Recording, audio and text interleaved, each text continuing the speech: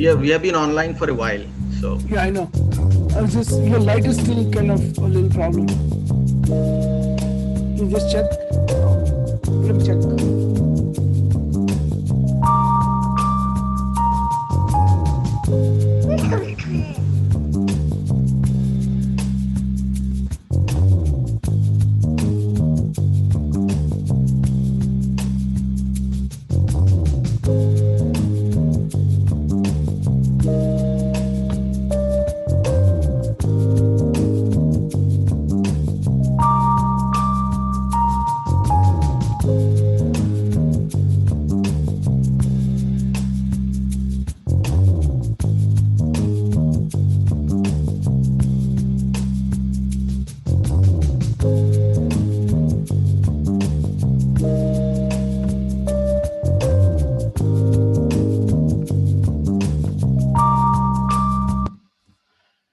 Well, namaste, Utsada, and welcome everyone to Hindu Lounge. This is Hindu Lounge episode number 37, and I want to welcome Utsav Chakrabarti and Maya Dugra Chakrabarti. Welcome, Maya. Namaste. There you go. And on cue, this is perfect. So, first of all, Utsada, I want to welcome you and welcome Maya Durga and welcome all our viewers to Hindu Lounge episode number 37. Utsada, we've been doing this now for 37 weeks, and this is really, an interesting times that we live in, right? I mean, we've been talking about various aspects of American, some problem with some technical problem. Let me see if I can fix that. A little bit of echo. I don't know if you hear the echo as well. I don't hear it. I don't Okay, hear it. It's perfect. Then perfectly it's all fine. good. So this is our episode number 37, and we've been now talking about American Hindu issues all through 37 weeks that we've been doing this, right? This time, Utsoda, it is historic time in America, because every time there is a change in guard and change in presidency, there's exciting time, there's interesting time. This time, the elections and the aftermath of elections and all of them had quite a few challenges. But as with any democracy, once you go through the churn and the new administration comes in, people have hopes, people have aspirations, and we as Hindus also have a set of our hopes and aspirations for the new administration that is coming in. And so that in today's episode, we will talk about what is it that American Hindus look forward to with the new administration. For those of us who are joining us for the first time, I want to actually just introduce the show and introduce Utsala. This is Hindu Lounge. Hindu Lounge is brought to you by Hindu Pact, which is the Hindu Policy Research and Advocacy Collective, and it is an initiative of World Hindu Council of America, or VHPA. I am Ajay Shah. I'm the president of VHPA, and I'm the convener of Hindu Pact. And with me is Utsav Chakrabarti, and Utsada is the executive director of Hindu Pact, and also has has responsibilities for advocacy and public relations for World Hindu Council of America. So we come live every week at 11 o'clock Eastern. We just want to make sure that the topics are interesting enough so that you call in, because this is not supposed to be a dialogue only between Utsav Chakrabarti and Ajay Shah. This is supposed to be a call-in show, and we welcome your participation. We would like you to join us, and we would like to talk. We would like to talk to you and listen to you. And I'm going to be posting the dialing numbers in the chat on all the platforms that we are streaming. So we come live on YouTube, we come live on Facebook, we come live on Periscope or Twitter, and I will be posting the numbers where you can call and join the show. Utsava, two topics for today. In addition to the 100 days agenda for American Hindus, we will also be talking about the Kashmir Exodus Day. And for those of us, those people who have been on our channel, on our social media channels today, you would have noticed that we had a preceding program that was part two of a program that we did yesterday as well as part of Hindu Pact, and that was on Kashmir Exodus Day, the day on which the Hindus were forced out of their homes in Kashmir Valley. So we will devote the last few minutes of our program talking about that. And then, of course, our two usual segments, the Hindu Phobe of the Week and the Hindu Seva Act of the Week. Utsura, with that, I turn it over to you and just kind of before we go to specific items that what Hindu agenda should look like, tell us about what you think about the new incoming administration and the way it is taking shape with a lot of people of Indian origin, a lot of Hindus, being part of the administration. What are your overall hopes and aspirations from this new administration? Thank you, Ajay. Namaste, everybody, from myself, Utsav, and Maya Durga Chakrabarti. And uh, we are a little late today because we had another event on Kashmir that ended about 5 minutes after 11, and then it took us about another 10 minutes to get ready and start our program. Uh, we are, as Ajay said, we at Hindu Pack, we are trying to reach you and give analysis and issues concerning issues of Hindus. We are a volunteer group right now. I'm the volunteer executive director. Hopefully someday that will change. And we just wanted to reach out to everybody and say that it's this time of the year is the time when we should remember the issue of Kashmir. In 1989 and 1990, around this time, more than a quarter million Hindus were forced to leave Kashmir Valley in India by radical Islamists. So that's why we had so many events remembering those days. And it is wonderful that we do remember these days, but it is also important that we reach out to the other communities in America that also should understand and know what happened in those tragic days. Coming to the administration that is coming in, this next week is a very eventful week, hopefully peaceful as well. And we are looking at a new administration coming in, the Biden-Harris administration, and they have a lot of Indian Americans, not necessarily as many Hindu Americans, but a lot of Indian Americans are part of the new administration. Specifically, we can look into some of the individuals. There are some who are actually a little worrisome for the Hindu American community because of their positions that they have taken against the Hindu community in the past. So we will be looking at it, and overall, it's a very happy time. It's good that a lot of Indian Americans are making it to the policy making positions in Washington D.C. It needs to be seen, and we will look at it very carefully and talk to you about it. How they look at the Hindu community around the world, and how their causes and our causes overlap. All right. So with that, let us move on to some of the specifics of the 100-day agenda, and these are in no particular order, right? We will, we want to bring up issues that affect the Hindus, and in no particular order, but we certainly want to highlight the issues that impact the Hindus a lot. So the order in which I'm going to bring up the first one that really impacts the Hindus is the issue on Dakla kids. And let me introduce this issue a little bit. These are the kids of people who came here on H1 or H1 and H1B visa, and these are the employment visa.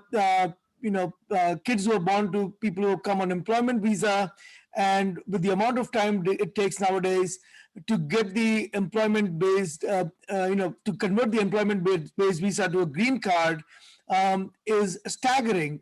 It's years. And a lot of these kids who have come here at the age of 8, 9, 7, who have never known other countries, some of them have come as young as 5, and all of a sudden they turn 21, and because now they're an adult, their status in US is very unclear. And the reason we think of this as Hindu issue, Sudha, is because this issue disproportionately impacts Hindus, because every year, almost 75% of the people who come to US are of Hindu origin. So this is a really critical issue, and I would love to hear your comments on that. It is important that we reach out to the Biden-Harris administration and put forward our demands, our expectations in the first 100 days. we have, I don't know if any other Hindu organization has done it, but we here in Hindu Pact are doing it. And we obviously have a list of issues here that we are going to talk about. The first one that Ajay Bhai mentioned, and we want everybody to reach out to us. And if they want to add more to this list, if they think there is something we are missing, please reach out to us. So I will dive into the first issue of immigrant Hindu communities in America, uh, especially the H1B visa, the children of the H1B visa, people who are coming from India. And disproportionately, probably like 75 to 80% of them are Hindus. They come here legally. They come here without any government support or economic need that the government provides them. They are tax paying good American people who work in America. Their kids grow up here, but because of currently there is about 20 years to 70 years of wait time for H1B visa people to get a green card. With that amount of waiting time, with no fault of theirs, their kids are not even they grow up in America, but they cannot go to colleges and pay in-state tuitions. They have to literally file for a foreign student visa. Imagine this situation. You come to America at the age of 3, legally, underlining the part legally here. And then you grow up in America, go to schools here. And then when you are 18 years old, you have to apply as a foreign student to go to university. All your friends probably are looking at you and wondering what's going on here. But that's how the immigration system has been taken apart in this country. And we can look into who is responsible for that in another show. But as Hindu Americans, if you are a Hindu American, you have been in this country for decades, you are a citizen of this country, we need to stand up for these young Hindu Americans. And that is very important. And we hope, I don't know if anybody in the Biden administration even listens to us, but when the Biden administration comes, we hope that this is taken care of in the first 100 days. So I want to correct you. I think the Biden administration will listen to us because, as you know, in every single state that was battleground state, Hindus were basically tiebreakers, and the data shows that 65% or 68, between 65 and 68% of the Hindus actually supported the incoming Biden-Harris administration. So it is not unreasonable for Hindus to expect that Hindus would be heard, Hindus would be heard in the Biden administration. So I start out these 4 years with with a lot of optimism, and we should have optimism because at the end of the day, Hindus are optimists. That is how we have survived all these thousands of years as the only surviving, one of the surviving ancient religions, but or faiths. But I would say that I have abundance of optimism that this administration will come through for the Hindus who overwhelmingly voted for them. Utsada, I want to just kind of mention to you that your lighting, you're still coming up a little dark. You may want to take a look at your lighting. It is on one side. And so I know that, we are as professional as we can get, but at the same time, we are a little bit amateurish in some of these things. I just want to kind of, bring at your... Ajay, but this is the best I can do today. We are not professionals. We don't get paid to do this. So this is the best I can do today. I think so that requires some sad sound because I thought we have a professional lighting system now. So anyway, all right, moving on. I think let me move on to the next topic, and that is the H-1B visa.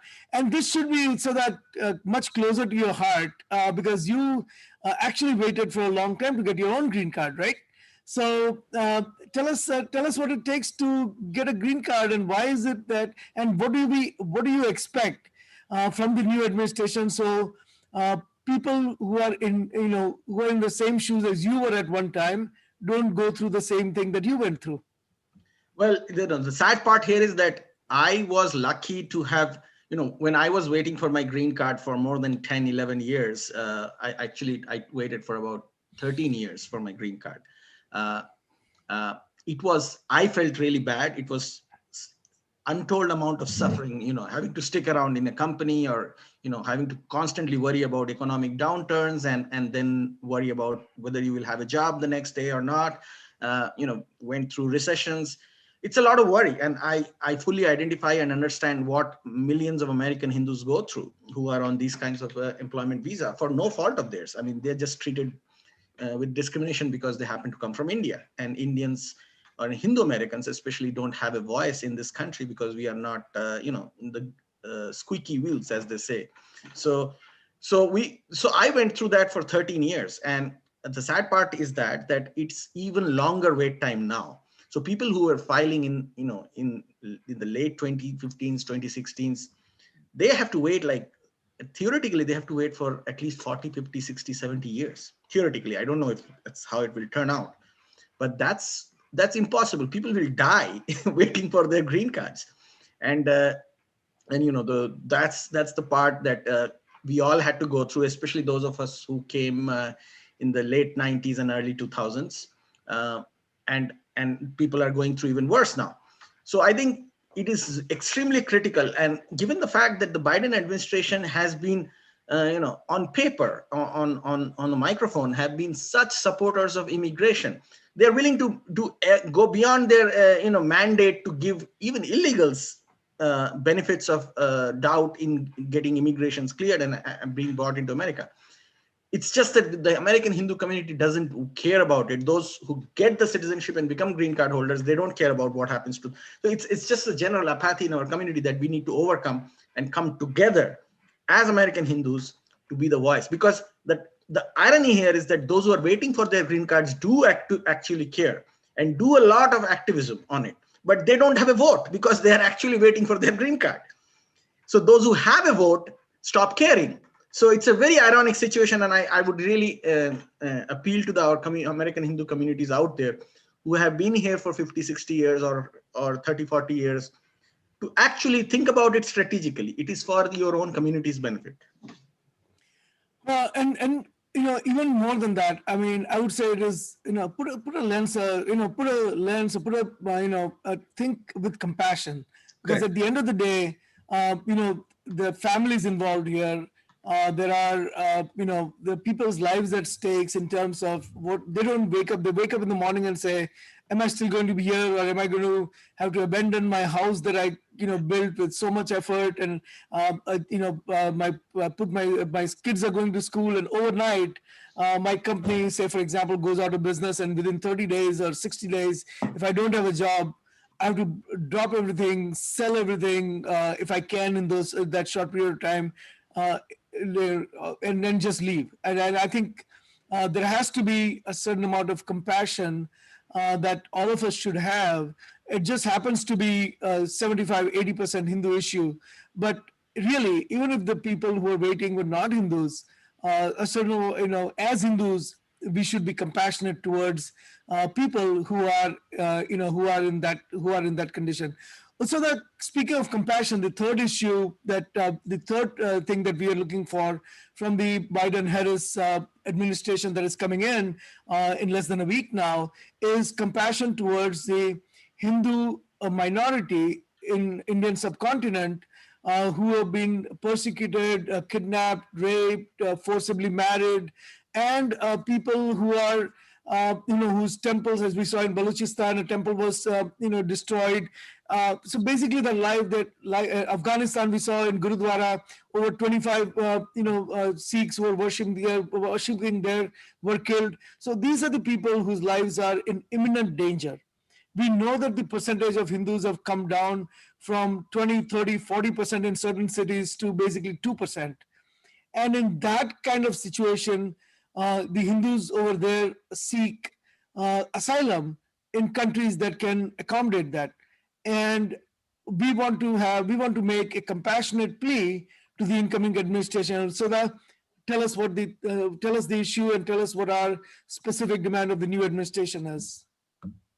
Well, it is very heartening to begin with to say that the Biden administration, I'm hoping, will be supportive of of Hindus in Afghanistan, Pakistan, and Bangladesh who face state-sponsored. This is the important part: state-sponsored discrimination, because the states in these countries are Islamic, and by nature of Islamic states, they do discriminate between Muslims and non-Muslims. So This is the most critical part. This is state-sponsored, institutionalized discrimination that they face, at best leading to everyday social boycotts and everyday social discrimination, at worst death in large numbers, so and forced conversions. So this is something that the Biden administration has warmed up to, especially for Hindus in Afghanistan.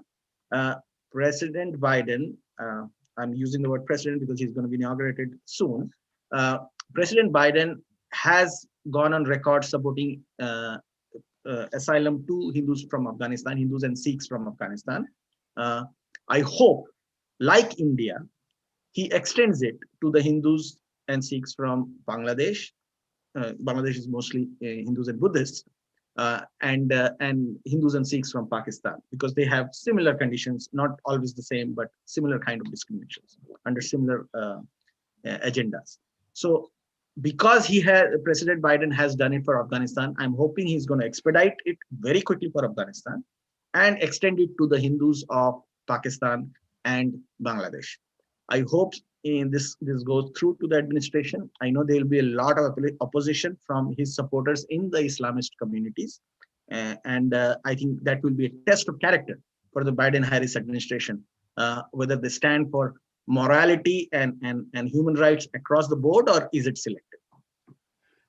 So I start out the day in a new administration with optimism. I think that the Muslim community and CARE will actually back us on this demand. I expect CARE to, which is Council of American Islamic Relations, to come and say that, yeah, America should be compassionate and should give asylum to the Hindus who are fleeing the persecution in these Indian subcontinent countries, which are Islamic and which are blatantly anti-Hindu. Because after all, CARE, CARE, I expect that from CARE. I mean, why not? So I think we should and if they don't come through, then we should call them out. But we start out with optimism and we say, let's count on them having a good heart and saying and admitting that the Hindus are persecuted. Hindus, Sikhs, Jains, Christians are persecuted in these Islamic countries in Indian subcontinent, and being a compassionate American organization that CARE is, they will support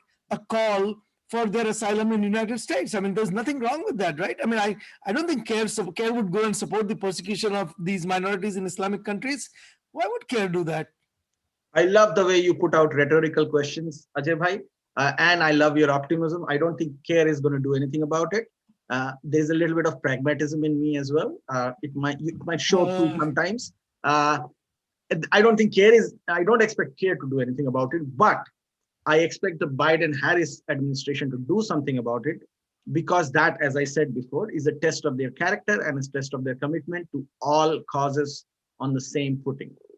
See, so I woke up this morning with with optimism for the new administration that is coming in, and with the view that a lot of people, like CARE, people who run CARE, will have a new streak of compassion. And I want to give them the opportunity to get on board with the compassion that, I know that they're capable of exhibiting, that they've not exhibited so far. But I remain optimistic. I'm absolutely, I'm counting on them to come and help Hindu minority in Islamic countries. Ajay bhai, I love your optimism and your largesse and your good big-heartedness. Let me remind you, CARE has one chapter of CARE has the same amount of budget that entire VHP America collects in 5 years. So show your large-heartedness and optimism somewhere else. Well, don't worry about the money. This is more about compassion and heart. It's not about money, Utsada. Yeah. Yeah. All right, moving on. So it's not just that, right? I mean, the next topic that we have for our next request, a demand, rather, we have for the Biden-Harris administration is, support the human rights of communities facing organized pogroms, whether it's the Yazidis in Iraq and Syria, or the Rohingya Hindus who are living in the Muslim majority Rohingya camps, and they're now double victimized. They're victimized first because they were Rohingyas, and they were they were forced out of Myanmar, which is old name is Burma, and now and they were always persecuted within that Rohingya community for being Hindus. And yes, these we have we all know about how yes these were persecuted. I mean, persecuted is not even a word. How yes, the women were sold into slavery, and how they were killed brutally by ISIS and things like that. And I think being a compassionate country, I think we should come to the help of these people. If there are any deserving asylum seekers, these are the Hindu Rohingyas or the Yazdis. So that your thoughts on that? Absolutely. I think, whether it is the Yazidi communities from the Middle East who have, persistently faced organized genocides just for being proto-Vedic non-Muslim community, they deserve asylum. I hope the new administration supports that and expedites that and gives them all the support they deserve. I hope the Armenian people of Armenia get some support from America. I mean, Armenia voted for a pro-American leader, and in return got attacked, and lost a huge chunk of its territory, and not to mention thousands of young Armenians. So, and America stood by. So I hope the Biden administration helps out Armenia. These are people who need support, and as Hindus, we need to join their efforts to make their voices heard. So I absolutely So believe that this is important. I do want to tell people and remind ourselves as well that right after this program at noon, on the same social media channels where you're watching this particular show, Hindu Women's Network, which is another initiative of World Hindu Council of America or WHPA, is doing an informative webinar on COVID-19 and the vaccination for COVID-19.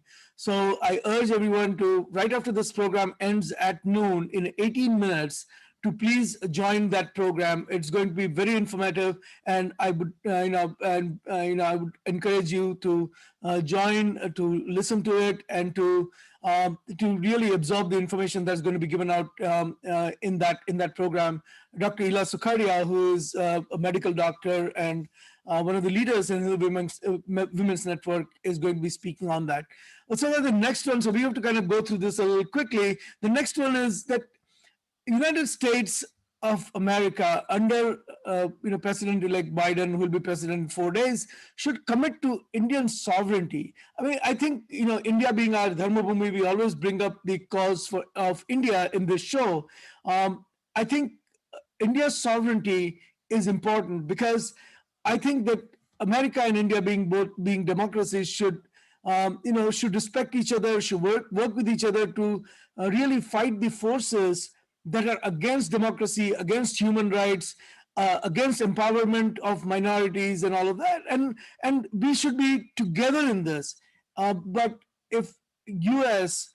Driven by internal political compulsions starts impinging on Indian sovereignty, this bond that a lot of people who are against Hindus and who are against America, and then most of the part there are a lot of common people, right, who are against India, against Hindu, and against America. Most of those people are common. These are the people are trying to break this bond, and one way to maintain this strong bond of friendship between these two democracies is for United States to actually keep out of Indian internal affairs and to respect Indian sovereignty. Your thoughts, Utsuda? I think Ajay bhai, it needs India and America, using the cliched phrases, the largest and the oldest democracies in the world. Uh, they have a shared ideology. They have a shared vision for the world, and their shared vision for their people, which is freedom, equal rights, and economic, economic growth. And the two countries have done well over the last decade or so to meet these agendas. But what happens is that both countries, being democracies, has their strength but also has their weaknesses, and huge power centers, huge influencers, huge vote banks in these countries try to influence policy that actually are detrimental to both these countries. And in America, in the last couple of years, there are special interest groups that have worked very hard to delegitimize Indian democracy, and to what many would call sow seeds of dissension and use fault lines in India's diverse population to break India's unity as a country, as a nation, and by extension affect people's lives there negatively.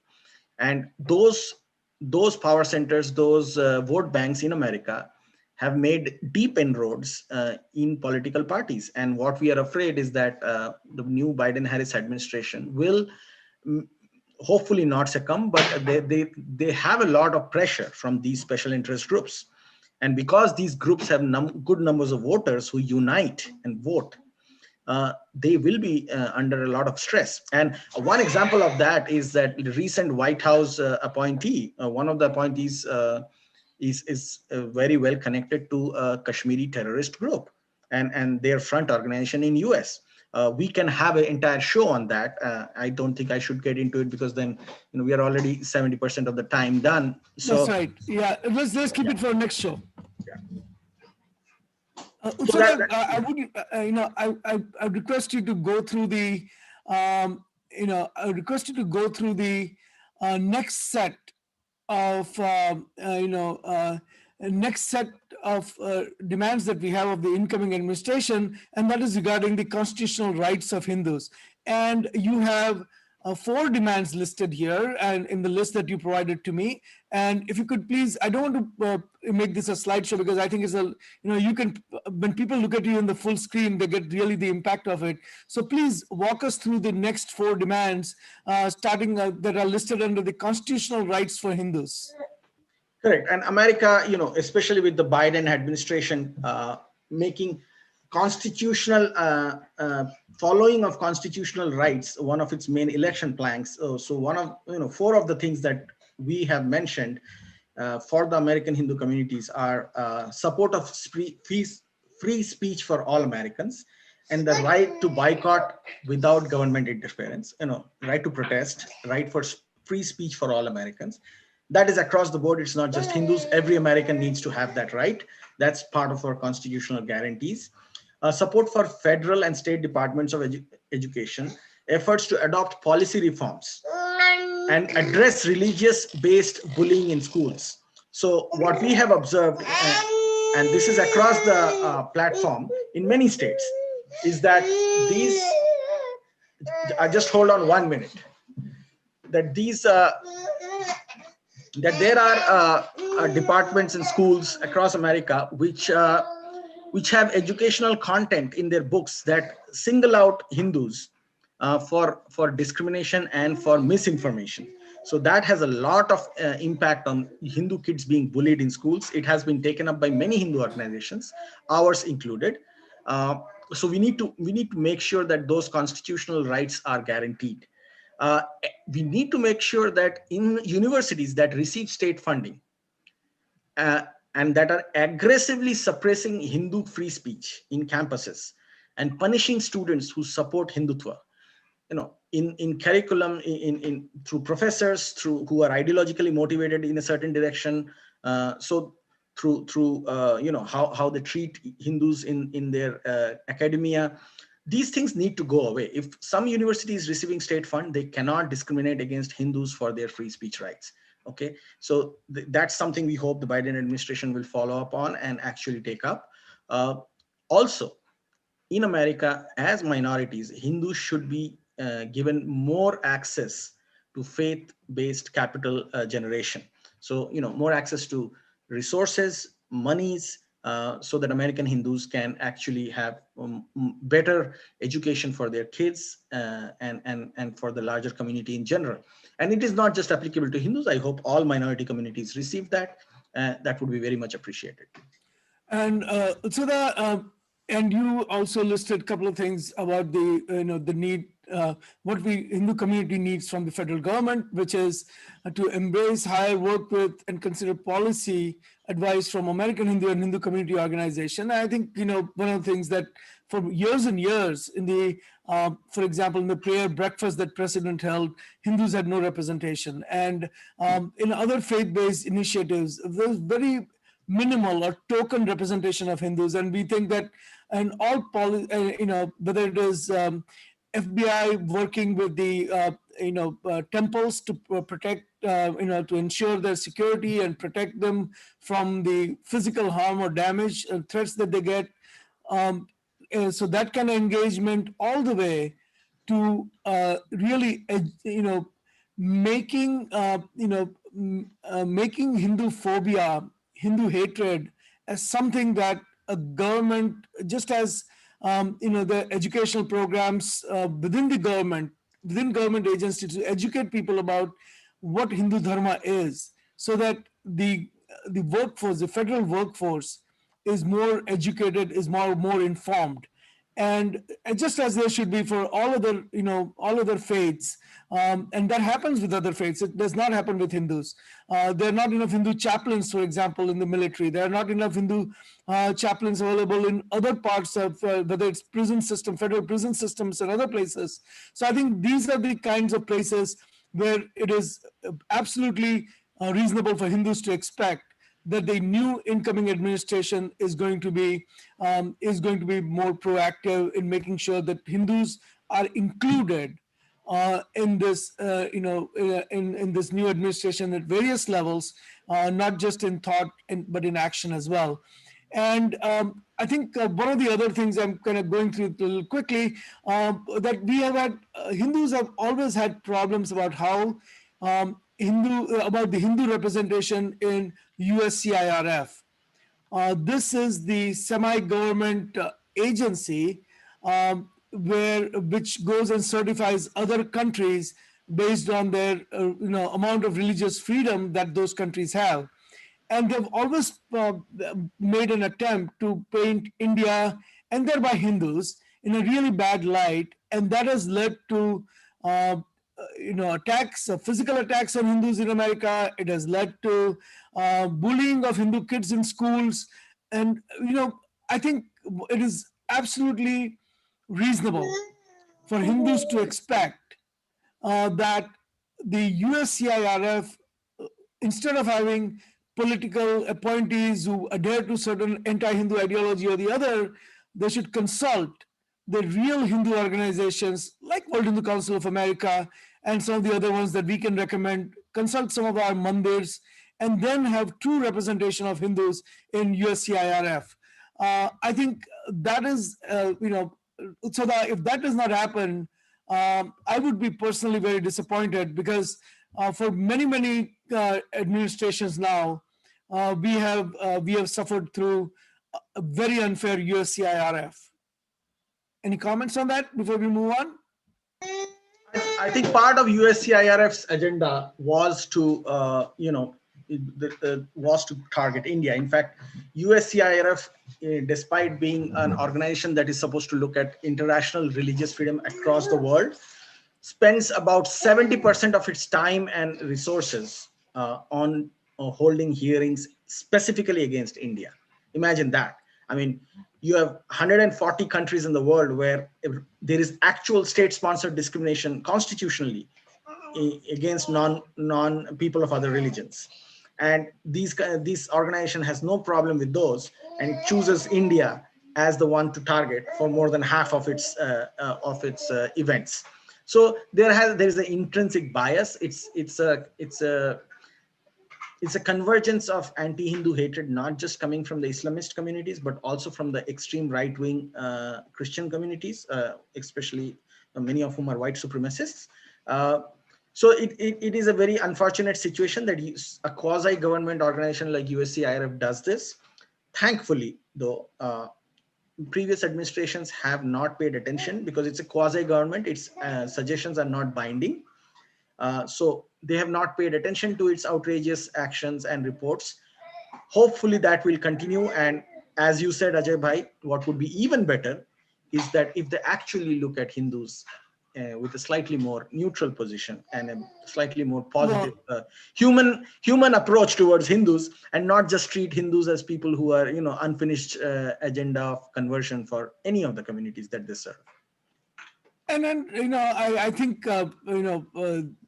to single out Hindus in a world where Hindus are probably more compassionate and more accommodating of all other belief systems compared to all the other ones. I mean, we are not,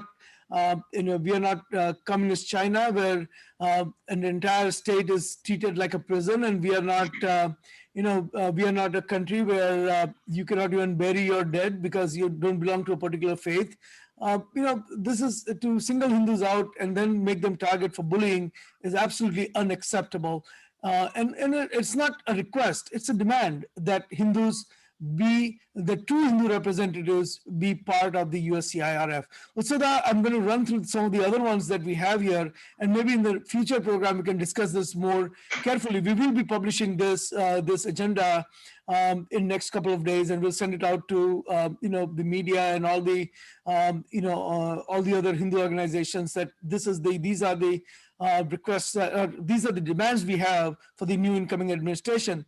So on social justice agenda, Utsada, if you can just read through that, and then I'll read through the remaining three, and then we can go to the Hindu phobe of the week.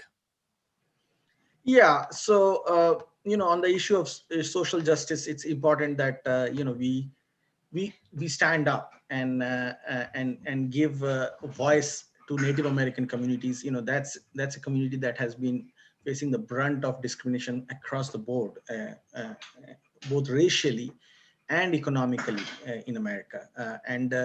So we have to stand up for these communities. We have to make sure that voices of communities that are unheard by through predetermined agendas are put forward. As Hindus, we need to do that, and also we hope that there is a larger coalition of these communities who stand together, because we are up against people who have thousands of years of inbuilt uh, uh, bias and prejudice coming from theological and social and geopolitical agendas. So we need to do this for the sake of America and for the sake of humanity.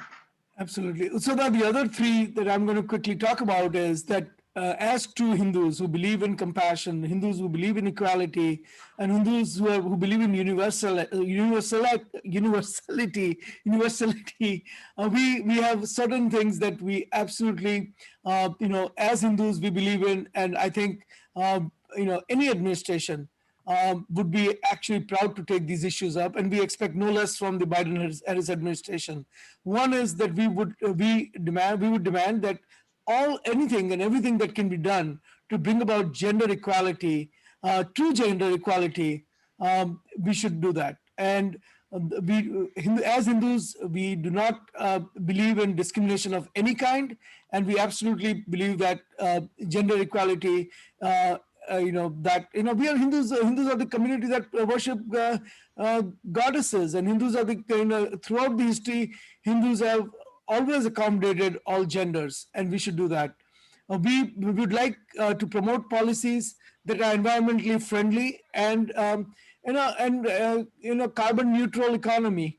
This is again, we worship Earth as Dharti Mata, and this is consistent with Hindu philosophy. And we would like like the new administration coming in puts more emphasis on environmental well-being. And again, we're not going to say that compromise on American economy, but at the same time, respect Mother Earth.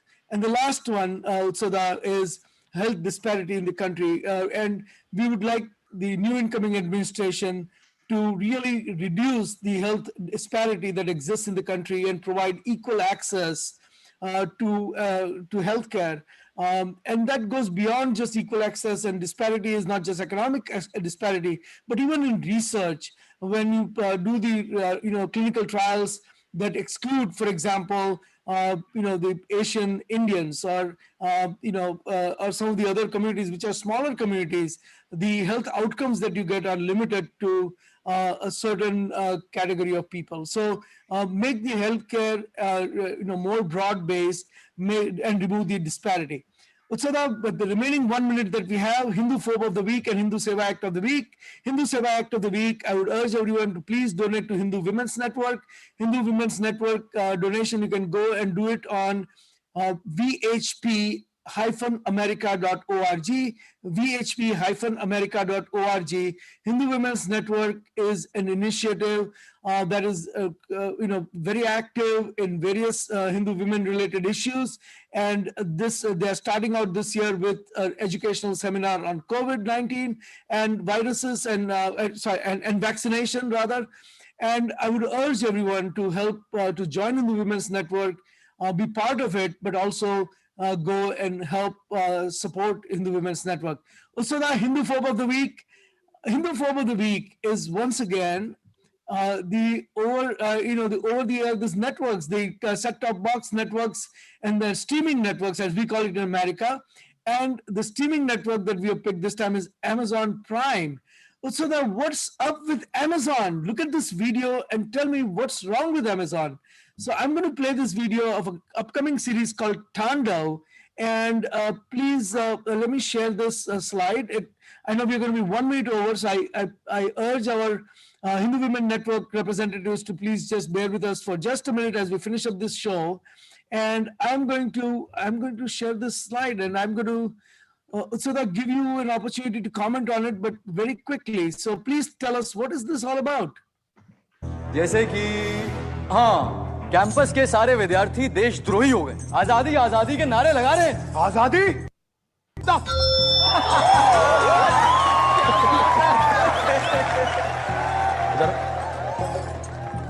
जब मैं सोने गया था तब तक तो आजादी cool चीज होती थी, अब बुरी हो गई क्या? नारायण नारायण। हाँ भाई, किस चीज से आजादी चाहिए तुम लोगों को? भुखमारी से, सामंतवाद से, जातिवाद से, अत्याचारों से।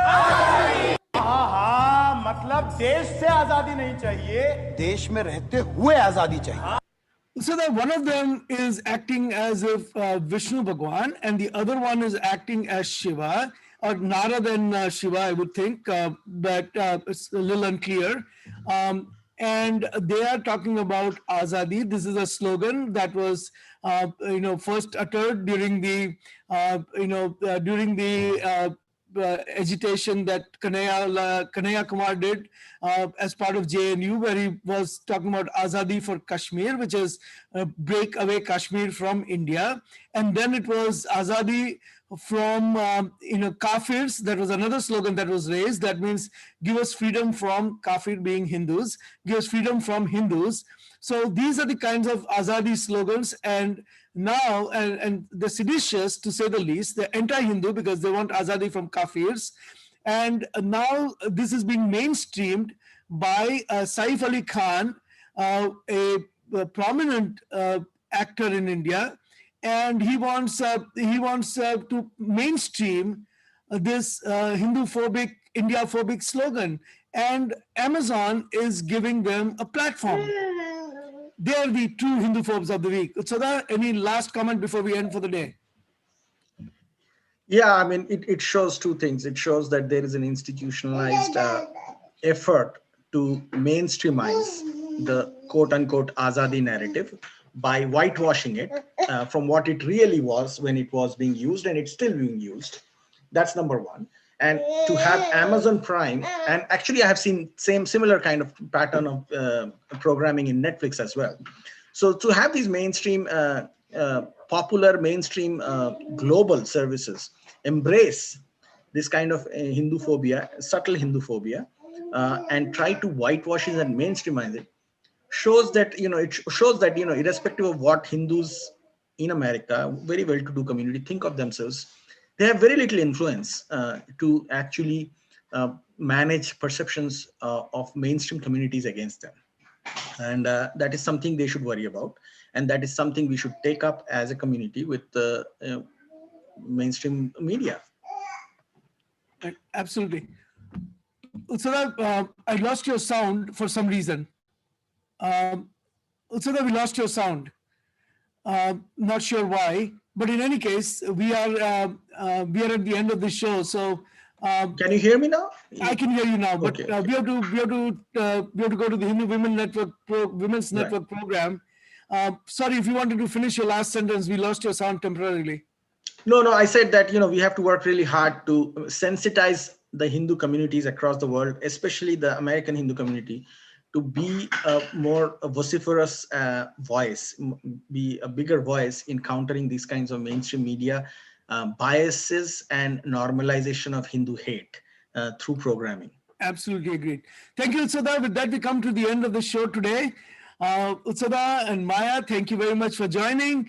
All our viewers, thank you for joining. Please stay tuned on the same social media channel as we bring you the Hindu Women's Network show on COVID-19. Thank you and namaste.